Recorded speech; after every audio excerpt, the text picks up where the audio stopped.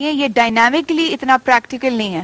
I refute that totally, but could you kindly youth کو address کرتے ہوئے ان کو بتا دیں کہ یہ پریکٹیکل ہے.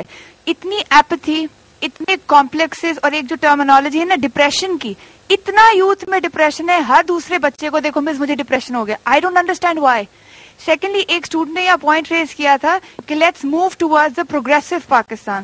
Code you kindly define what you actually mean by progressive Pakistan? I hope you not mistaking it for enlightened moderate Pakistan. اس کو پلیز ہائی لائٹ کرتے. Thank you. دیکھو بچوں, انہوں نے رومانٹسزم کی بات کی. دنیا میں کوئی تبدیلی آئی ہی نہیں آج تک جب تک اس کو ڈریم کرنے والے کوئی رومانٹک آئیڈیلسٹ نہ ہو.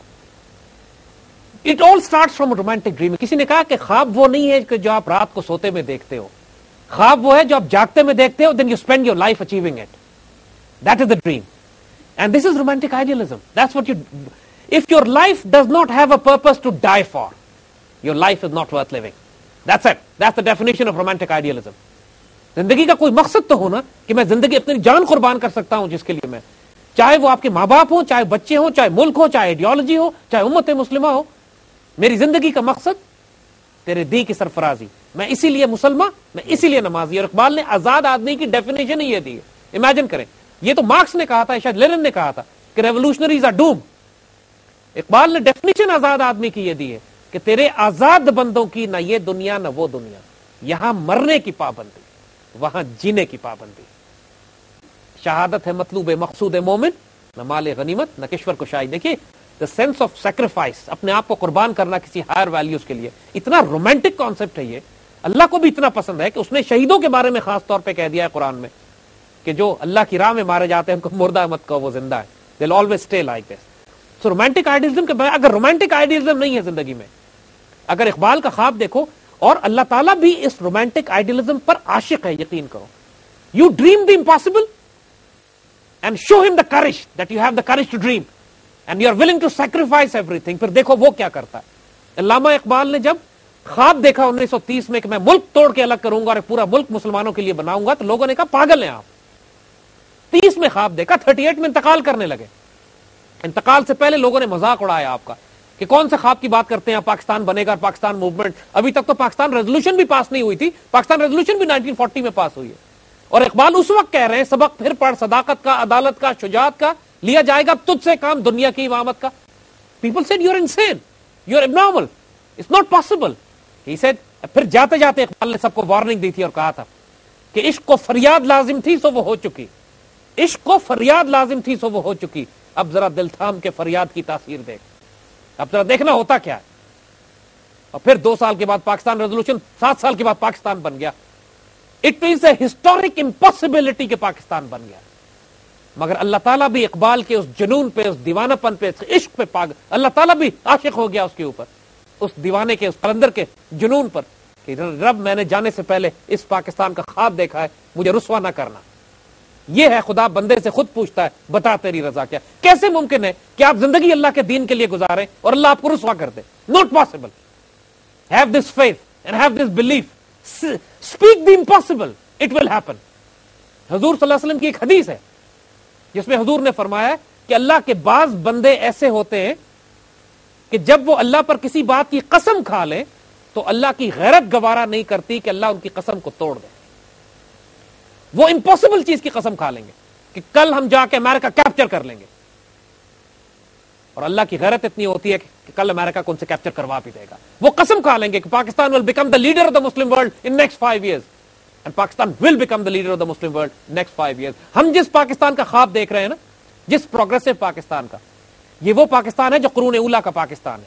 یہ وہ جو مدینہ طیبہ کی دوسری ریاست ہے, وچ از دا فوٹو کاپی آف اس ریاست جو مدینہ طیبہ میں قائم ہوئی تھی, جہاں ٹالرنس بھی تھی, جہاں جسٹس بھی تھا, عدل بھی تھی, اسپرچولیٹی بھی تھی, محبت اور پیار بھی تھی, اور ہر شخص, ہر فرد وہاں پہ ایک قلندر اور ایک درویش تھا, اور اللہ سے اس کا ذاتی روحانی تعلق تھا.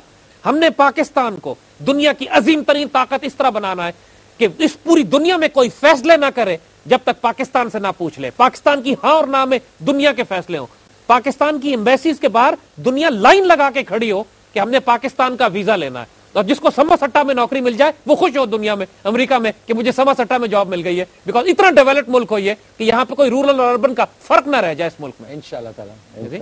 اور میں I would urge your students to actually listen to you. If they're watching this show, please listen to your teacher. She's got the idealistic romanticism and we need that. یہ آپ یہی اس کا by God this is what we need. ہمیں ہماری مایوسی, depression کا مطلب ہی یہی ہے. لوگ بچے ہم سے کہتے ہیں بور ہو گئے. میں حیران ہو کے ان سے پوچھتا ہوں بچوں کیا تم نے دنیا میں سارے کام کر لیے کہ بور ہو گئے ہو؟ یعنی بور ہونے کا مطلب ہے کہ you done everything. Everything, the whole world is open in front of you. تم جو چاہو کر سکتے ہو. Every access is open, every avenue is open. علم سیکھنا ہے, علم تقسیم کرنا ہے, انسان سازی کرنی ہے, معاشرہ بنانا ہے. پاکستان کو ابھی تم چاند پہ نہیں پہنچے, تم بور کیسے ہو گئے؟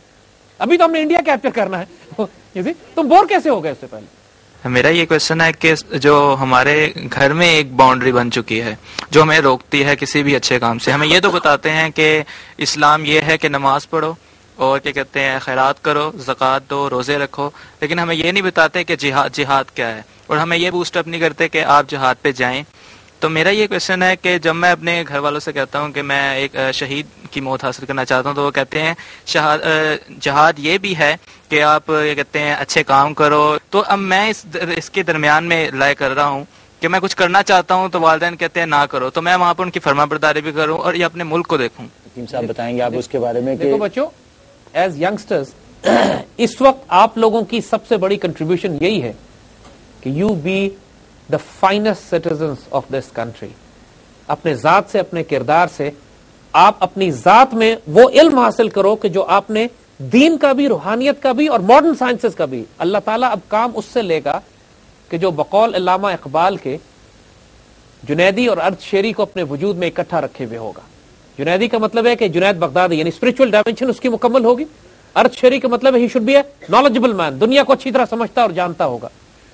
اس وقت آپ کو تلوار اٹھا کے رائفل لے کے بارڈر پہ جانے کی ضرورت نہیں ہے. This is not the war that we need to fight. ہمیں اللہ سے ڈرنا چاہیے.